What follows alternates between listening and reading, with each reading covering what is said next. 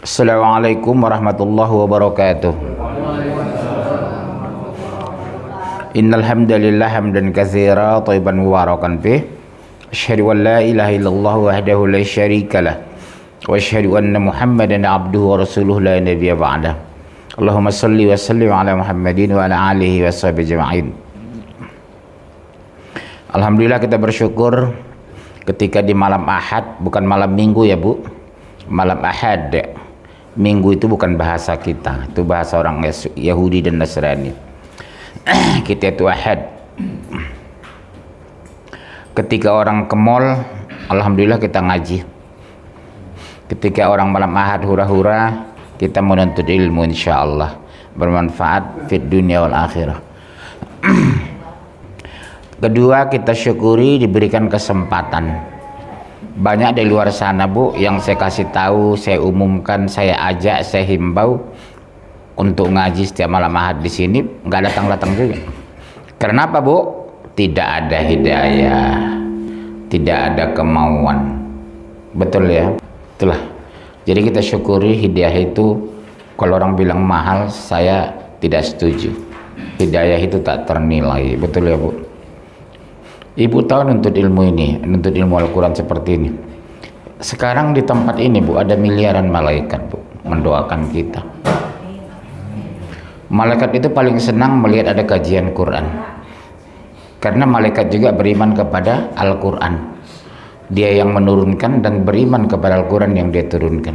Jadi sekitar kita ini ada miliaran malaikat ini. Betapa bahagianya kita hari ini, sampai ibu kembali ke rumah didoakan miliaran malaikat. Seandainya Allah takdirkan ibu meninggal di jalan, insya Allah mati syahid. Iya, karena orang menuntut ilmu itu sangat diberkahi Allah. Karena yang dituntut itu ilmu Allah, ilmillah, bukan ilmu manusia. Ilmu manusia bisa keliru dan menyimpang, bisa sesat dan tidak menguntungkan. Tapi kalau ilmu Allah, Al-Quran, menguntungkan dunia akhirat. Apa yang ibu dapatkan kalau rajin baca Quran dan mempelajari Al-Quran? Apa yang ibu dapatkan? Apa yang paling penting? Ketenangan jiwa. Iya Bu. Walaupun hidup kita susah, mungkin suami lagi nganggur, tapi kalau kita bisa baca Quran itu Masya Allah, tenang kita. Omongan orang kita tidak peduli, yang penting kita jalan terus. Dipuji bukan tujuan, dicaci nggak ada urusan. Orang beriman itu begitu, dipuji bukan tujuan, dicaci nggak ada urusan. Karena kita insya Allah mencari ridha Allah, bukan mencari pengakuan manusia. Kita insya Allah mau cari sorga, bukan mengejar dunia. Dunia ini sebentar Bu, paling 70 tahun kita udah meninggal. Karena kata Rasulullah, usia umatku antara 60 sampai 70. Yang 69 siapa di sini? Bu Tami berapa? 66. Kalau 69 berarti 3 tahun lagi. Iya, karena kata Rasul dalam hadis itu, usia umatku antara 60 sampai 70. Rasulullah berapa umurnya Bu? 63. Abu Bakar berapa? 63. Umar bin Khattab 63. Iya Bu, 63 meninggal. Ayah saya 63 meninggal. Jadi Bu yang 62,5, hati-hati, 62,5 berarti 6 bulan lagi. Masya Allah. Ya, persoalannya bukan umur panjangnya sebenarnya, keberkahan. Ya, kalau kita udah berkah panjang alhamdulillah, pendek kita syukuri. Bu, tema hari ini kita keutamaan akidah yang lurus, ditulis Bu. Keutamaan akidah yang lurus. Kalau mau nyatat-nyatat, mau merekam silakan.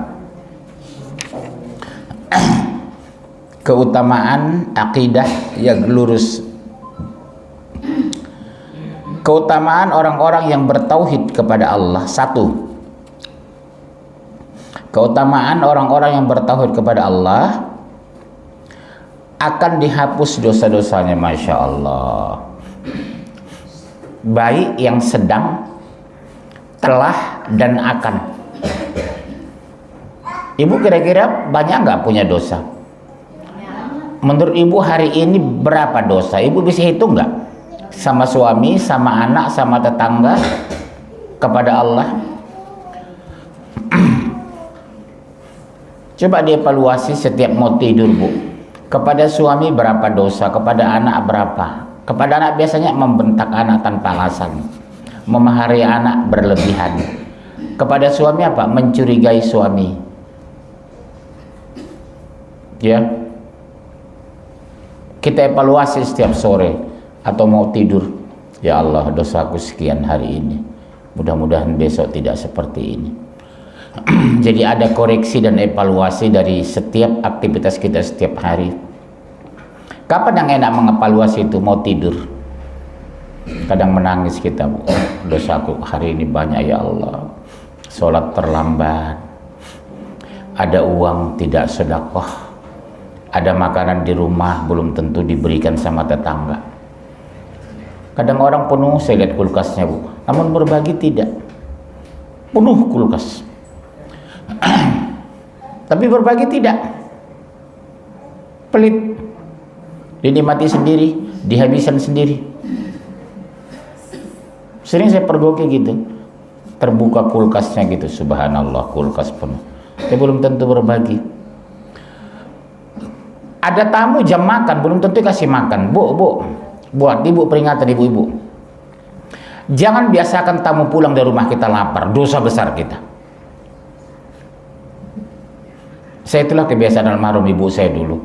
Belum pernah ada tamu kami pulang jam makan tanpa makan. Ditawari nggak mau, basa-basi. Sementara dia lapar. Kan jarang orang jujur, kecuali orang Batak. Kalau orang Batak kan lapar pula aku, ada nasi katanya.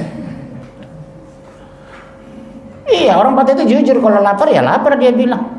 Makan Bu, enggak Bu, sudah makan. Padahal dia lapar. Jujur aja kenapa? Iya Bu, saya lapar. Ada nasi Bu. Oh sebentar Bu, saya beli. Jujurlah, kita juga di rumah jujur Bu sama tamu. Bu, oh saya tinggalkan dulu ya, saya beli nasi dulu untuk Ibu. Oh enggak usah repot-repot Bu, enggak usah belagu lah bilang. Ibu juga udah lapar. Gak usah basa-basi Bu, basa-basi gak dapat pahala kita. Iya, sering kan orang Indonesia begitu, ditawarin makan, udah Bu maaf merepotin, saya masih kenyang. Udah 3 hari gak makan dia. Kan bisa meninggal di rumah kita gara-gara dia. Jadi mulai hari ini jujurlah kita. Jujur kepada tamu, jujur ketika bertamu. Saya kalau bertamu ke rumah orang jam makan belum kasih makan, saya ngomong Bu, ada makanan nggak? Saya lapar, saya bilang. Oh iya nggak boleh Bu ya. Jangan di atas Quran, jangan ada apapun diletakkan di atas Quran. Pena, buku, uang, semua. Quran itu mulia, tinggi, agung, suci. Jadi memang sering saya tegur itu, jangan letakkan apapun di atas Quran. Al-Quran itu harus yang tertinggi, karena dia memang firman Allah. Betul ya Bu ya? Bagus itu Ibu itu mau menegur Ibu. Ya, syukur. Ibu jangan tersinggung ditegur ya Bu. Alhamdulillah mau tegur. Satu akan dihapus dosa-dosanya 2082. Baca 2082. Ayo. Jindik itu mic nyambil. Laki-laki aja membaca. 2082 langsung terjemahan. Dan sungguh Aku Maha Pengampun bagi yang bertobat, beriman dan berbuat kebajikan, kemudian tetap dalam petunjuk. Bu, ulangi biar saya jelaskan. Dan sungguh Aku Maha Pengampun bagi yang bertobat. 1. Memberikan ampunan kepada yang bertobat. Syaratnya bertobat Bu. Siapa bertobat itu? Meninggalkan perbuatan dosa, menjauhinya, membencinya. Keempat, tidak mengulang lagi. Yang kelima, mengimbangi dengan perbuatan baik. Kalau sekadar tidak berzina, tidak mencuri, tidak korupsi, tapi tidak mengimbangi dengan perbuatan baik, itu bukan bertobat Bu. Kan banyak orang mengatakan, alhamdulillah Pak, saya sekarang enggak mencuri lagi. Alhamdulillah suami saya enggak korupsi lagi. Tapi enggak berbuat baik, percuma. Dia hanya berhenti melakukan perbuatan buruk, tapi tidak mengimbangi dengan perbuatan baik. Harus diimbangi. Dulu kita mengambil rezeki orang, sekarang kita bagi rezeki. Dulu kita pelit, sekarang pemurah. Dulu kita judes, sekarang ramah. Apa susahnya untuk ramah kan? Assalamualaikum Bu, sehat ya Bu? Sehat, Masya Allah. Bapak sehat Bu? Sehat. Anak-anak sehat ya? Barakallah ya Bu.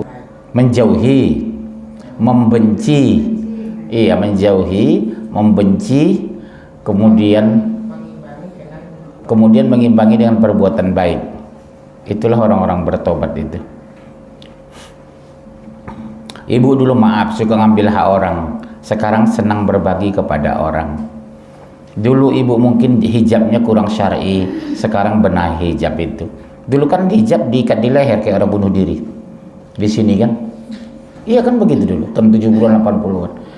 Ustadz makin banyak ceramah, makin banyak pencerahan, turunlah jilbab ke bawah. Dulu hijab itu diikat leher Bu. 3 hari meninggal. Ya.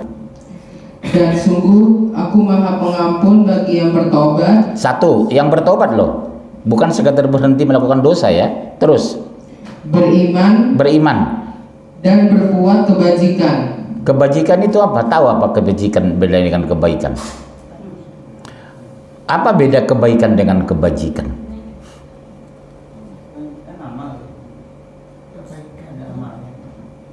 Kalau kebaikan itu perbuatan yang kita lakukan atas perintah Allah. Kalau kebajikan, ketulusan dalam melakukan kebaikan dan orang jarang melakukannya. Itu kebajikan. Contoh, saya kalau membantu saudara saya, kewajiban saya. Tapi ketika membantu antum, itu baru kebajikan. Karena gak ada kewajiban saya membantu ente.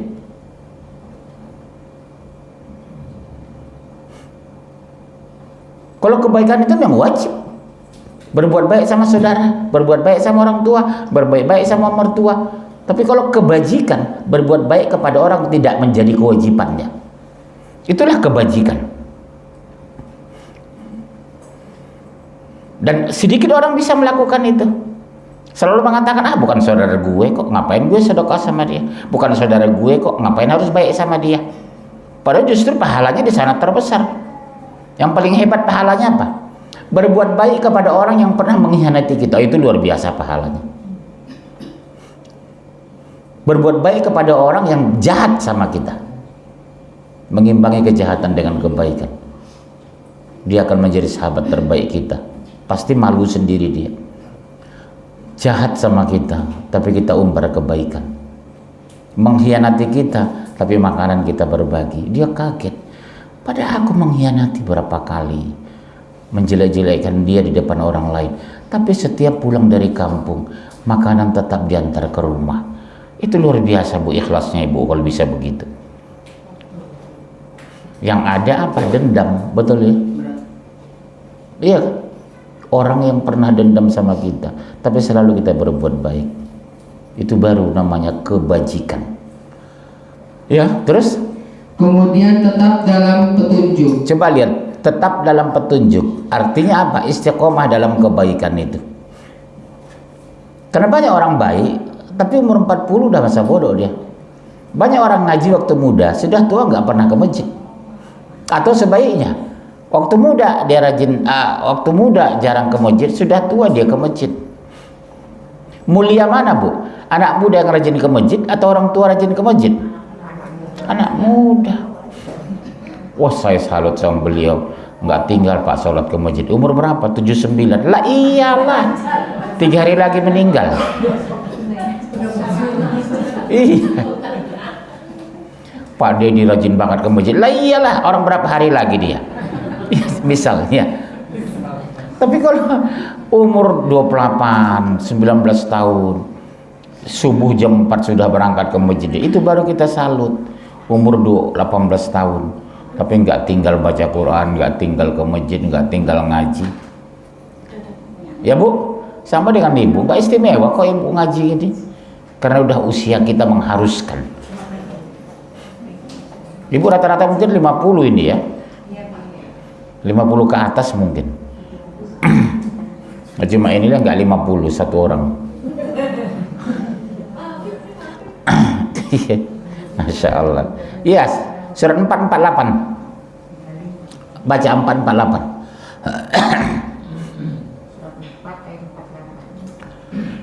Surat 4 ayat 48.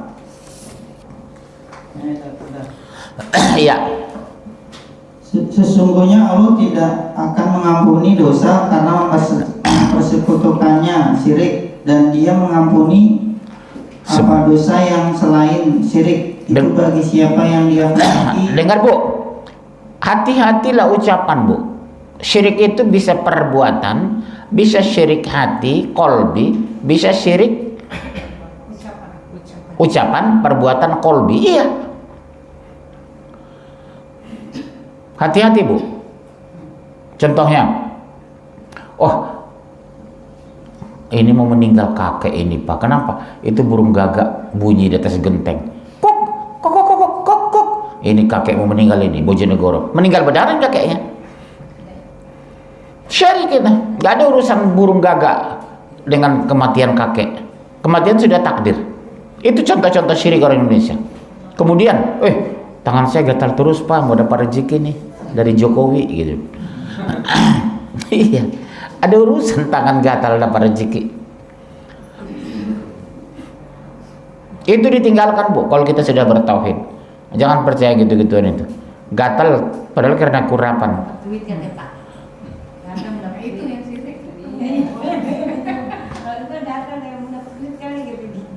Jangan. Yang paling sering sampai sekarang kepercayaan orang kalau burung gagak di atas genteng gitu. Dihubungkan ke sana, hubungkan kemari. Jangan-jangan kakek mau meninggal ini. Burung gagak udah bunyi di genteng. Ya. Ya, surat 448 udah. Ya. Dan Dia mengampuni apa dosa yang selain syirik itu bagi siapa yang Dia kehendaki. Barang siapa mempersekutukan Allah, maka sungguh dia telah berbuat dosa yang besar. Bu, itu pun yang dikehendaki. Ibu tahu artinya ayat ini? Tidak semua hambanya yang minta ampun diampuni.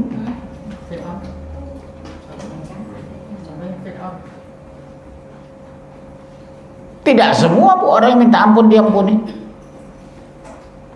Siapa contohnya? Fir'aun. Tetap neraka jahanam. Korun tetap neraka. Jadi jangan merasa enteng, nanti saya minta ampun. Oh nanti saya minta ampun. Ya kalau diampuni. Kedua, ya kalau sempat minta ampun. Sebelum minta ampun meninggal kenapa? Ketabrak. Ya. Sebelum minta ampun ketabrak dia di jalan, meninggal. Kapan minta ampunnya? Begitu masukkan ke kubur baru 7 langkah keluar, meninggalkan man rabbuka man nabiyuka. Sudah diadili. Orang menyepelekan siksa kubur itu Bu, azabun kubri, tapi mengerikan.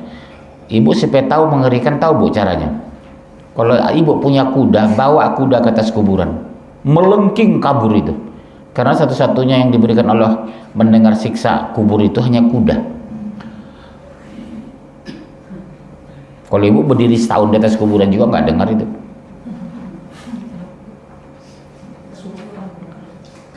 Jadi azab kubur itu Bu, efeknya sampai ke fisik. Contohnya apa? Baru 40 hari meninggal, ada barang penting di kuburan itu digali Bu, itu seluruh tulang udah bersatu di kaki. Berarti dahsyat azab kubur itu. Contoh seperti mimpi lah Bu. Ibu pernah dikejar Gondoruo, Mak Lampir. Terus dikejar siapa? Kejar Jokowi. Ibu kalau dikejar Mak Lampir, Gondoruo, itu bangunnya capeknya bukan main. Padahal tubuh nggak bergerak tempat tidur. Efek dari buruknya mimpi buruk itu. Dahsyatnya mimpi buruk itu. Seperti itulah orang meninggal itu. Fisiknya nggak itu disiksa, yang disiksa kan ruh. Azab itu ruh sebenarnya. Azab kubur itu ruh, bukan fisik. Tapi kan dahsyatnya azab ruh itu berefek ke fisik. Kepala, kaki, badan nyatu, tulang itu di kaki. Kadang kepala, kaki, badan nyatu di arah kepala. Pada baru 40 hari meninggal. Ya. Nah. Terus masih ada? Surat 3 ayat 133.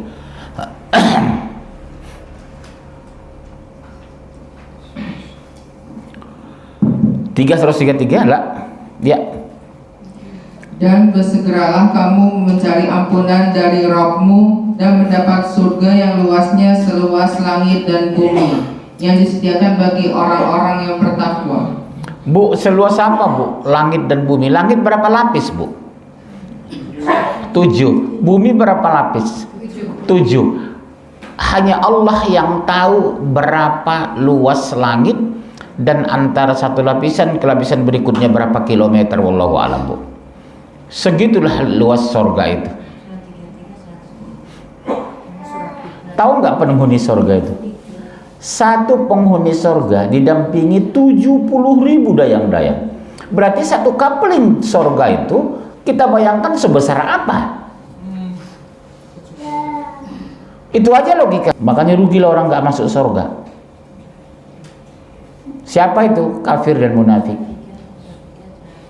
Yang masuk surga itu sedikit bu. Sekarang dari 7 miliar penduduk dunia, Islamnya 1,7, 5,3 miliar.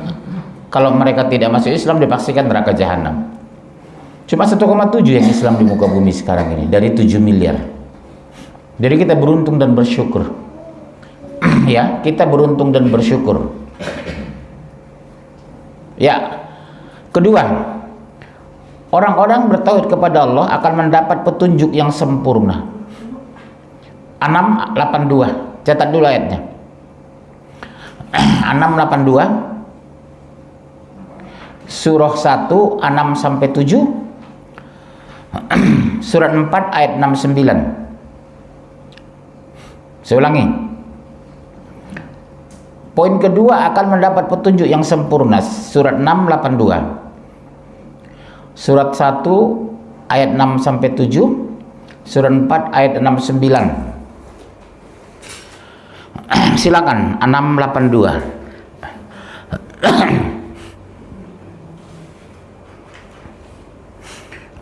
Udah? Ya, dibaca. Orang-orang yang beriman dan tidak mencampur adukan iman mereka dengan syirik, mereka itulah orang-orang yang mendapat rasa aman dan mereka mendapat petunjuk. Bu, hati-hati kalimat di tengah tadi, tidak mencampurkan dengan syirik. Betul-betul tauhidnya lurus.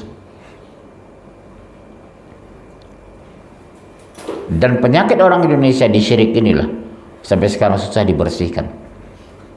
Hobi sekali menghubungkan kejadian alam, diolah pakai otak. Hobi. Kreatif mengolah data dia.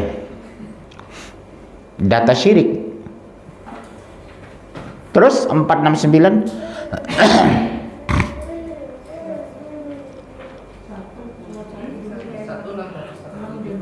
Ya? Boleh 1 6 sampai 7.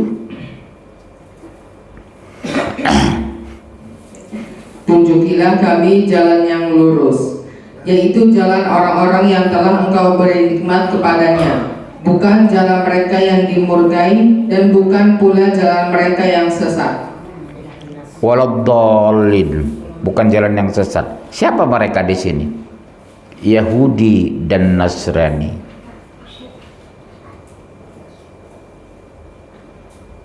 Dhal itu siapa? Yahudi. Mereka diberikan Taurat tapi menyimpang. Kristen diberikan Injil tapi nggak diamalkan. Malah dipertuhan Isa alaihissalam, Yesus Kristus. Ya kan Pak? Kepercayaan kawan kita kan seperti itu. Minimal Yesus anak Allah. Haleluya. Iya. Dia itu bukan anak Allah. Dia ciptaan Allah. Isa Al-Masih. Memang dibilang Ruhul Kudus, memang ruh yang suci. Ditiupkan kepadanya. Maka selalu mereka bilang bangga, oh kami hebat. Tuhan kami itu ruh yang suci, Yesus Kristus. Saya bilang Yesus itu bukan Tuhan, Bu. Itu manusia biasa.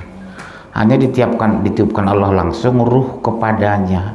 Makanya disebut Ruhul Kudus. ruh yang suci. Kalau kita, ruh kita ketika kita dalam kandungan umur berapa? 4 bulan ditiupkanlah ruh. Kalau Isa itu langsung Allah meniupkan ruh kepadanya, makanya disebut Ruhul Kudus, ruh yang suci. Kenapa dibilang suci? Karena bukan lewat manusia. Yang kedua, dia tidak punya bapak, tapi ibunya bukan berzina. Sekarang kan gitu, anaknya melahirkan nggak punya bapak. Iya, mirip Isa pak, katanya. Mbahmu. Iya, punya anak nggak punya bapak dia. Isa aja nggak punya bapak katanya.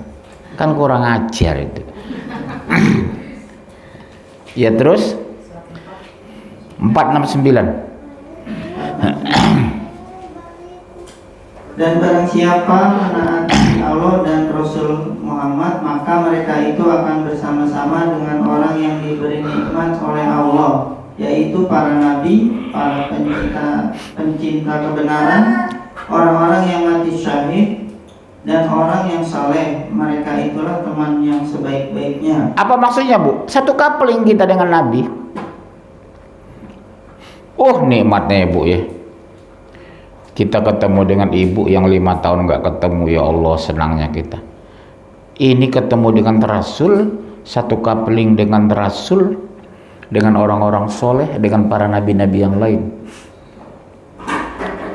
Bisa nggak kira-kira, Bu? Insya Allah bisa kok. Tapi Ibu syaratnya tahu nggak salah tadi antaranya, Bu? Bu, selalu tidak melakukan dosa besar. Apa saja? Dosa besar bukan hanya syirik, mencuri, berzina, berdusta. Ibu kira dusta itu nggak dosa besar? Bohong sama suami, uang belanja habis katanya. Bohong itu dosa besar loh, Bu. Bohong sama teman, bohong. Terutama kalau perempuan, maaf Ibu jangan tersinggung. Bohong sama suami. Pak minta uang, Pak, udah habis uangnya. Pak Ibu simpan, mau beli jilbab. Makanan suami dikurangi. Harusnya bisa beli ikan, beli daging, beli telur, dikasih ala kadarnya. Suami malas ribut, dimakanlah. Ternyata ibu ngambil uang belanja setiap bulan. Terus, yang ketiga, akan dihilangkan kesulitan dan kesedihan di dunia dan akhirat. Masya Allah. Akan dihilangkan semua kesulitan dan kesedihan di dunia dan akhirat. Kalau tauhid kita benar, tidak pernah sedih berlebihan. Tidak kecewa berlebihan, tidak marah berlebihan. 65 ayat 2 dan 3. 65 2 dan 3.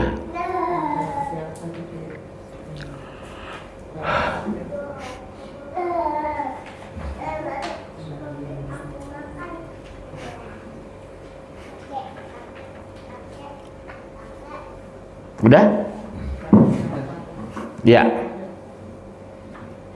Maka apabila mereka telah mendekati akhir iddahnya, maka rujuklah kembali kepada mereka dengan baik, atau lepaskanlah mereka dengan baik, dan persaksikanlah dengan 2 orang saksi yang adil di antara kamu, dan hendaklah kamu tegakkan kesaksian itu karena Allah.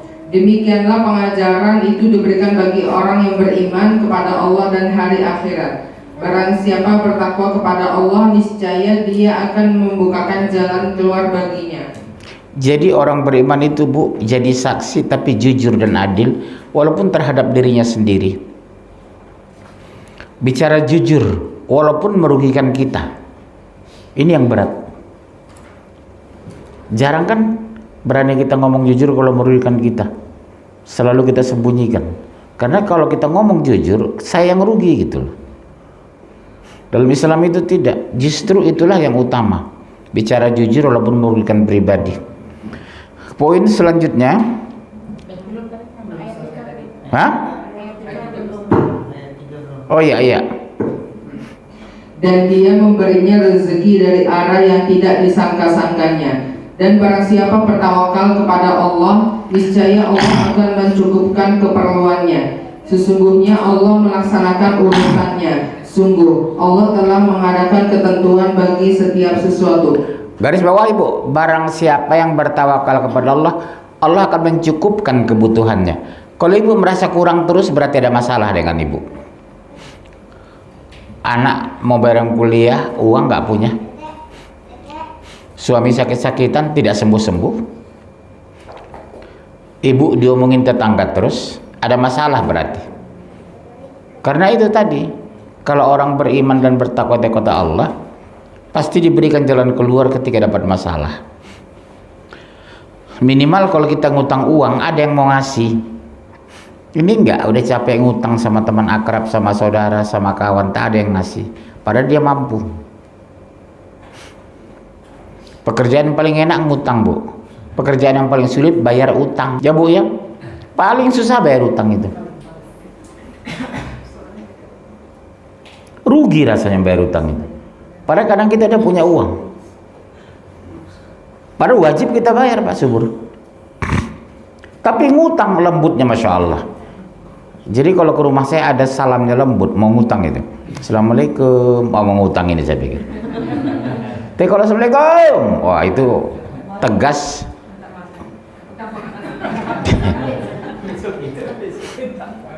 Iya, kalau sudah orang lembut bertamu ke rumah saya, mau ngutang. Assalamualaikum, duduknya sopan, begini Pak, pasti mau ngutang lu dalam hati saya gitu. Tapi kalau orangnya tegas, Assalamualaikum, biasanya bawa makanan itu, bawa jeruk, bawa salak. Ya, ibu kalau bisa jangan pernah mau ngutang. Hina orang ngutang itu, Bu. Hina. Orang yang paling hina itu orang suka ngutang. Nggak punya harga diri kita depan orang, betul kan, Bu? Apalagi kalau kita diceritain orang. Bu, hati-hati Bu, dekat dengan ibu itu kenapa? Paling ngutang. Bu, hati-hati dengan ibu, kenapa? Paling ngutang. Kita kasih nggak bakalan dibayar, nggak dikasih teman akrab, itu yang repot ya Bu. Bikin dosa. Dikasih nggak bakalan dibayar, kita udah tahu nggak bakalan dibayar sama dia walaupun dia mampu bayarnya. Nggak dikasih, dia teman dekat, sama-sama susah dulu dari Karawang. Posisi kita posisi sulit Bu kalau dekat ngutang itu.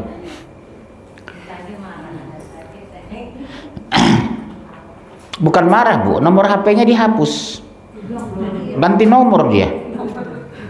Sering kita telepon ganti nomor dia. Tapi gak tahu mereka Bu, tidak akan pernah mencium surga orang yang masih berhutang. Tidak akan pernah mencium bau surga. Tapi gak dibayar-bayar. Niat doang. Jangan-jangan ibu pelakunya ini. Iya. Mampu kok dia. Mungkin di dunia dia merasa bisa lolos, betul ya Bu ya. Di akhirat jangan pernah kau mencium surga, saya pikir. Jadi ibu-ibu yang punya utang secepatnya bayar Bu. Nggak tahu kematian ibu. Ibu yang sering berhutang itu, bukan? Oh enggak, saya kira beliau. Terus 4, akan mendapat pertolongan, kemenangan dan kemuliaan. 47 ayat 7, 24, 55. Akan mendapat pertolongan, kemenangan dan kemuliaan orang yang berakidah itu. 47 ayat 7, 24, 55. Ya. 47 ayat 7. Wahai orang-orang yang beriman, jika kamu menolong agama Allah, niscaya Dia akan menolongmu dan meneguhkan kedudukanmu. Siapa itu? Ustadz, ulama, ibu-ibu. Ini kita nolong agama Allah, mempelajari kitabnya, mengajarkannya minimal untuk anak dan suami ibu di rumah. Ibu nolong agama Allah ini. Jadi ibu, materi ini jangan tidurkan ya Bu. Ajarkan sama suami, ajarkan sama anak, ajarkan sama mantu. Kenapa ibu nggak bawa anak, bawa mantu ngaji ini? Maaf, siapa yang bawa suami kemari? Nggak ada ya? Suaminya di rumah ngapain? Nonton TV? Hah? Oke, yang nggak kerja lah. Sakit. Tiap minggu sakit. Oh, pasri. Yang lain. Yang lain? Yang punya suami sehat, tidak kemana-mana. Ada ibu aja nggak ngaji malam ini? Yang lebih konyolnya lagi saya lihat, ibu diantar suami tadi, tapi suaminya pulang.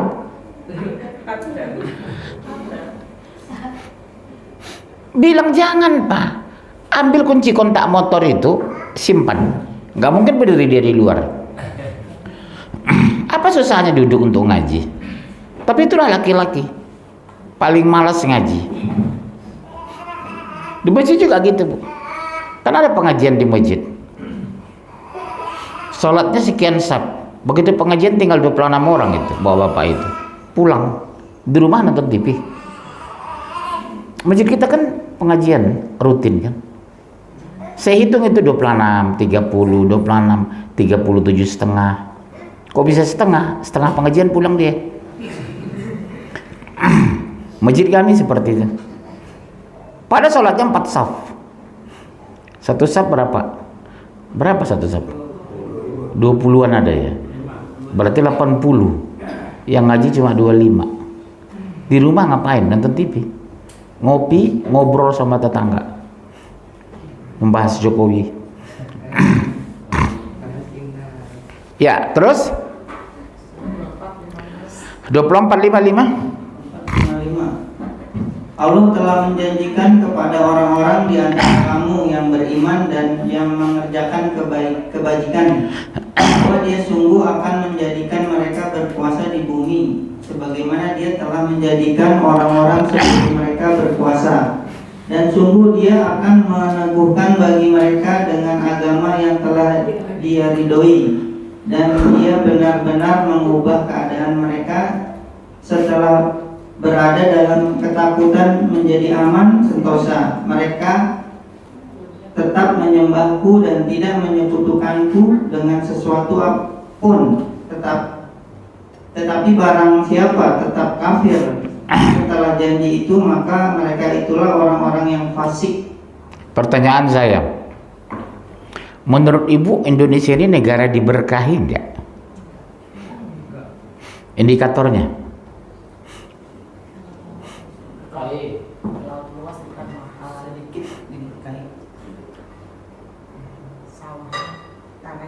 Negeri Islam yang tidak diberkahi Indonesia ini.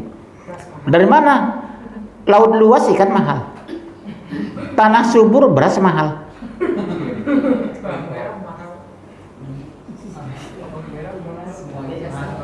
Bawang merah 80 kilo. 80 ribu kalau 80 ribu. Masuk akal nggak bu? Tanah subur, negerinya makmur, tapi bisa bawang merah 80 ribu. Daging ratusan ribu. Taruhlah daging nggak terlalu butuh kita, kalau nggak makan daging nggak apa-apa. Beras bu, iya kan? Mama bicara bu, saudara-saudara kita yang susah-susah di pinggiran Bekasi, makan apa mereka itu ya? Getuk lindri. Ada nggak tetangga ibu yang susah? Nggak ada. Terus siapa yang susah itu? Terus apa tadi poin yang kita bahas? Mendapat kehidupan lebih baik. Iya.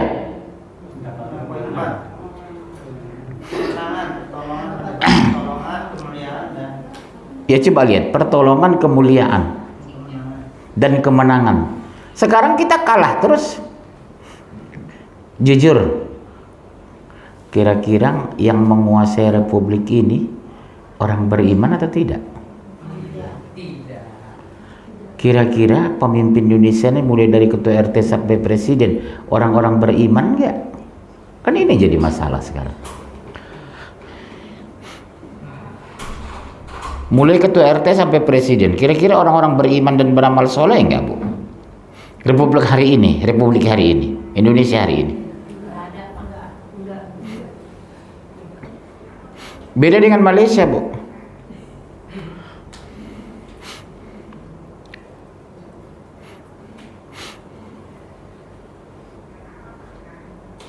Mereka hidupnya makmur.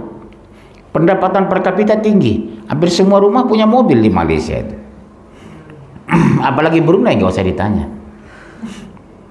Kita coba lihat. Sumber daya alam melimpah. Lautnya luar biasa. Tanahnya subur. Tapi kehidupan susah. Masih banyak orang kan hidup lapar. Karena apa, Bu? Iman tadi. Orang beriman dijamin Allah dunia akhirat. Kemudian orang yang bertauhid dijamin masuk surga. 41, 30, 46, 13, 14. Orang yang bertauhid yang benar itu dijamin masuk surga, dijamin. Surat 41, 30, 46, 13, 14. Ya, 41, 30. Sesungguhnya orang-orang yang berkata Rob kami adalah Allah, kemudian mereka meneguhkan pendirian mereka, maka malaikat-malaikat akan turun kepada mereka dengan berkata, janganlah kamu merasa takut dan janganlah kamu bersedih hati, dan bergembiralah kamu dengan memperoleh surga yang telah dijanjikan kepadamu. Masya Allah. Wala tahinu wala tahzan. Jangan takut, jangan sedih. Kamu calon surga loh, kata malaikat. Ibu jangan minder depan orang-orang Nasrani, Bu. Walaupun rumah mereka mewah, kendaraannya mahal, uangnya banyak, depositonya melimpah. Yang mulia itu insya Allah kita kalau beriman. Wala tahinu wala tahzan. Jangan takut, jangan sedih. Kamu ahli surga, kata malaikat. Ibu pilih mana? Kaya raya tapi neraka, hidup ala kadarnya tapi surga? Enggak saya tawarkan itu.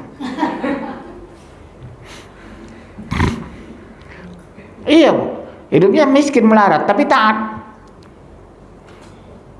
Pikirannya tenang, nggak gelisah, nggak pernah stres. Ada dimakan, dia makan, nggak ada puasa dia. Saya dulu pernah 7 tahun puasa itu, nggak ada saya makan. Begitu bangun nggak ada yang saya makan, saya niatkanlah puasa, puasa qadha, puasa sunnah, puasa itu. Pertama masuk ke Jakarta dulu, Bu. Puasa aja kerja saya tiap hari. Dapat pahala kita kan, lapar yang menguntungkan. Kalau kita nggak puasa, sudah lapar nggak pakai makan, nggak dapat untung. Aneh ya, lapar kalau nggak puasa. Kalau nggak puasa tidak makan itu sangat lapar. Tapi kalau puasa tidak makan, tapi tidak lapar kan? Padahal logikanya sama-sama tidak makan. Tapi kalau kita tidak makan karena berpuasa, itu nggak lapar. Kuat kita. Tapi kalau nggak makan tidak berpuasa, badan kita lemah. Jam 10 udah lapar itu. Kalau kita nggak puasa. Kadang aneh ya. Itulah berkahnya puasa itu. Kemudian ayat terakhir dijadikan cinta kepada keimanan dan benci kepada kekafiran. 49 ayat 7. Oh ya belum. Ya itu dibacalah 46, 13, 14. Sesungguhnya orang-orang yang berkata Tuhan kami adalah Allah, kemudian mereka tetap istiqomah, tidak ada rasa khawatir pada mereka, dan mereka tidak pula bersedih hati. Berarti orang beriman tidak pernah kecewa. Orang beriman itu tidak pernah stres. Orang beriman itu tidak pernah minder. Walaupun dia miskin. Poin terakhir 14-nya. Mereka itulah para penghuni surga, kekal di dalamnya sebagai balasan apa yang telah mereka kerjakan. Apa itu? Kesabaran yang luar biasa. Dimiskinkan tidak mengeluh, dikayakan tidak pamer, cantik tidak belagu, jelek tidak minder. Kalau orang kan cantik dikit belagu, jelek minder. Poin terakhir, jadikan cinta kepada keimanan dan benci kepada kekafiran. 497. Ya, 497.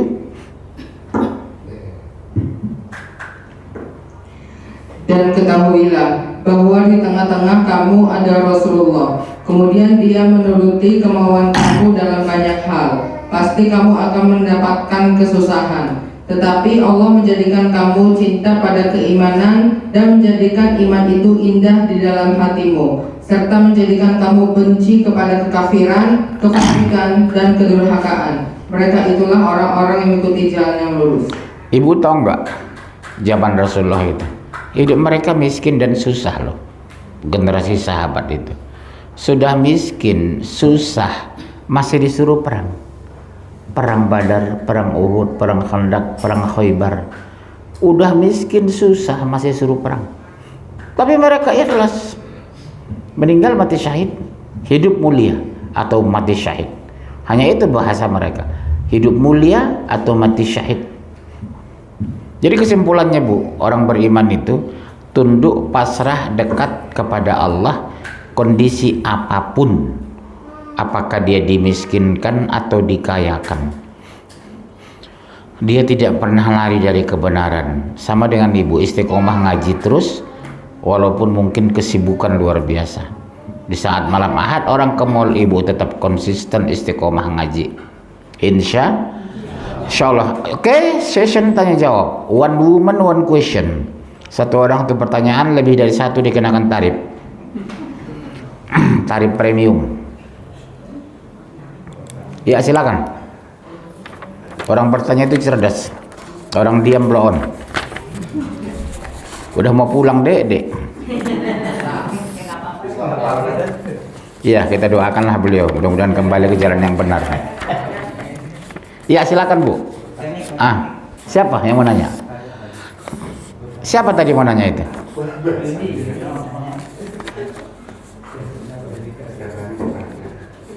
Ya. Assalamualaikum warahmatullahi wabarakatuh. Waalaikumsalam warahmatullahi wabarakatuh. Pak Ustadz, saya mau izin bertanya. Jadi di sini itu misalkan nih, saya sudah menikah nih. Antum udah menikah? Kan misalkan nih, Ustadz. Oh gitu. Umur antum berapa sekarang? 18 mau ke 19. Oh iya, nanti 25 lah ya. Calonnya sudah ada. Ya udah nggak usah, ntar aja. Ya misalkan nih ternyata nih calon istri saya itu ibunya udah meninggal gitu. Nah kalau misalnya ayah dari istri saya itu menikah sama ibu saya itu apakah boleh Ustaz? Itu statusnya mertua menikah sama mertua gitu, apakah boleh Ustaz? Ulangi ceritanya. Gimana ceritanya? Jadi kan saya sudah menikah nih dengan istri gitu. Iya. Nah, jadi tuh istri saya itu ibunya sudah meninggal gitu. Jadi tinggal sisa ayahnya gitu. Iya. Nah, kalau misalkan nih ayah dari istri saya itu pengen menikah sama ibu saya itu apakah boleh gitu? Jadi statusnya mertua menikah sama mertua gitu.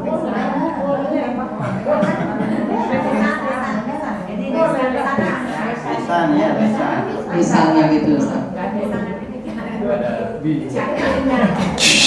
Tunggu dong. Tunggu sebentar. Ibunya Jundi kan Ya Ibu Jundi. mertuanya Duda. Mau nikah dengan ibunya? Ya boleh. Boleh Pak. Ya boleh. Sekarang letak nggak bolehnya di mana? Jadi beliau itu anak sekaligus semantunya.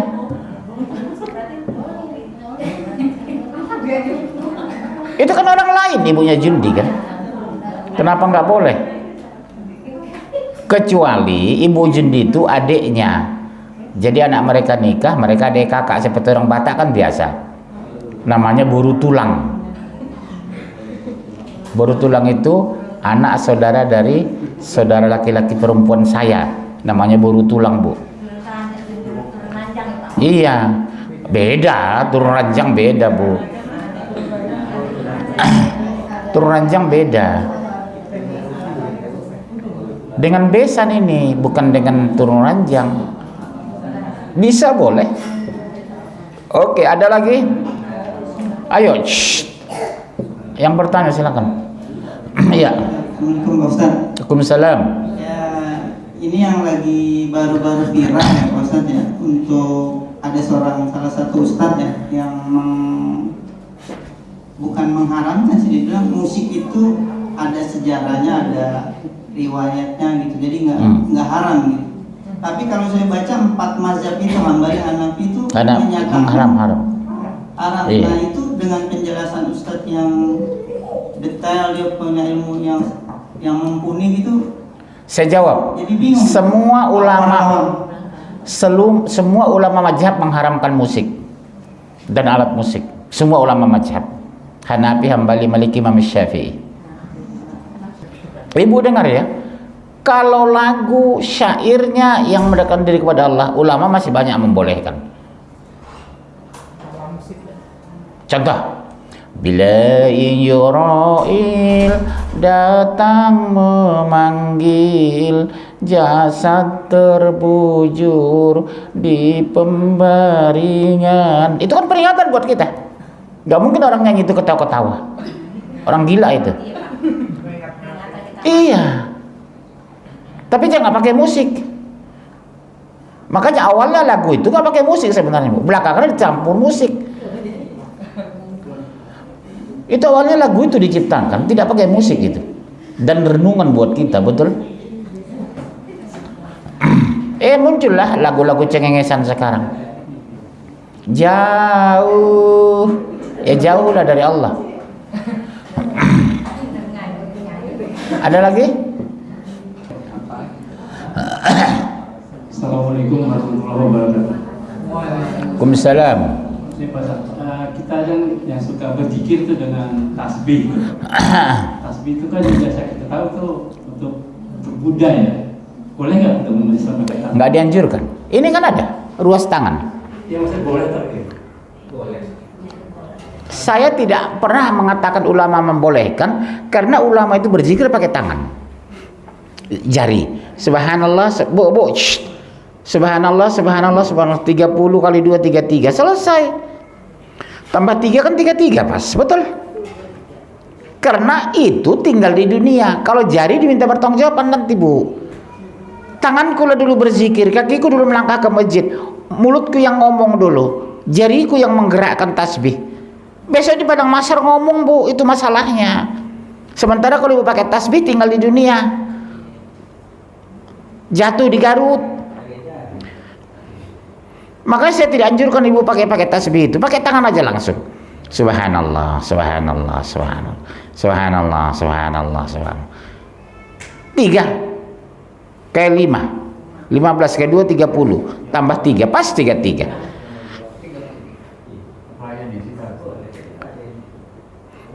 Ya, intinya tidak dianjurkan. Ulama itu berzikir pakai ruas tangan. Alhamdulillah, alhamdulillah, alhamdulillah, alhamdulillah, alhamdulillah, alhamdulillah. Iya, ada lagi? Karena besok-besok ini dipertanggungjawabkan. Diam bicara. Enggak, Bu, enggak boleh kiri pakai itu. Jangan pakai kiri untuk bertasbih, kanan. Karena ini untuk bersihkan hidung segala macam kan. Dinas kebersihan. Ada lagi, satu lagi baru kita makan-makan, saya udah lapar. Ayo. Masalah tasbih tadi yang zikir itu disuarakan atau dalam hati aja sebenarnya yang betulnya. Kalau kita laki-laki sebagusnya disuarakan, motivasi bagi orang, tapi nggak kencang. Tapi kalau perempuan dalam hati, contoh, subhanallah, subhanallah, subhanallah, subhanallah, subhanallah. Coba Bapak lihat di Madinah itu, laki-laki itu menyuarakan berzikir itu. Tapi kalau perempuan dalam hati ya, Bu, karena aurat itu. Jadi pengertian dosa bukan kencang, Pak. Subhanallah, subhanallah, subhanallah. Alhamdulillah, alhamdulillah, alhamdulillah. Zikir rame-rame itu Pak, kayak di masjid itu. Nggak ada dianjurkan kayak gitu. Zikir rame-rame itu nggak ada, tapi kalau masing-masing berzikir boleh. Zikir dipimpin satu orang kan maksudnya. La ilaha illallah. Kampung saya gitu Medan itu. Illallah, illallah, illallah, illallah, illallah.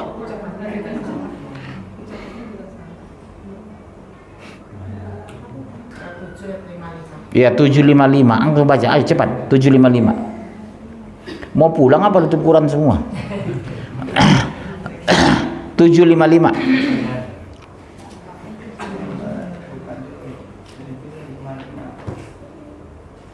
755 udah. Iya baca. Berdoalah kepada Rohmu dengan rendah hati dan suara yang lembut. Nah, bersuara tapi lembut. Rabbana zalamna anfusana wa illam taghfir lana wa tarhamna Rabbana hadina. Dia bentak Allah. Terus Dia tidak menyukai orang-orang yang melampaui batas.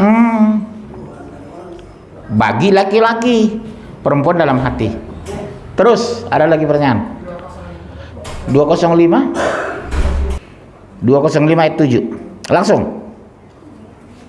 Udah, siapa yang duluan baca? Dan ingatlah Tuhanmu dengan hatimu, dengan rendah hati dan rasa takut, dan dengan tidak mengeraskan suara pada waktu pagi dan petang, dan janganlah kamu termasuk orang-orang yang lengah. Coba Bu itu. Tidak mengeraskan suara, baik itu berdoa maupun meminta. Kalau perempuan malah dalam hati. Ada lagi? Iya, kalau nggak ada kita tutup. Baik. Terima kasih Ibu, kalau mau pulang mau makan dulu silakan. Mudah-mudahan istiqomah ngaji setiap malam Ahad insyaallah. Doa kafaratul majid dulu Bu. Subhanakallah bihamdika asyhadu an la ilaha illa anta astaghfiruka wa atubu ilaik. Sampai jumpa insyaallah malam Ahad depan. Assalamualaikum warahmatullahi wabarakatuh.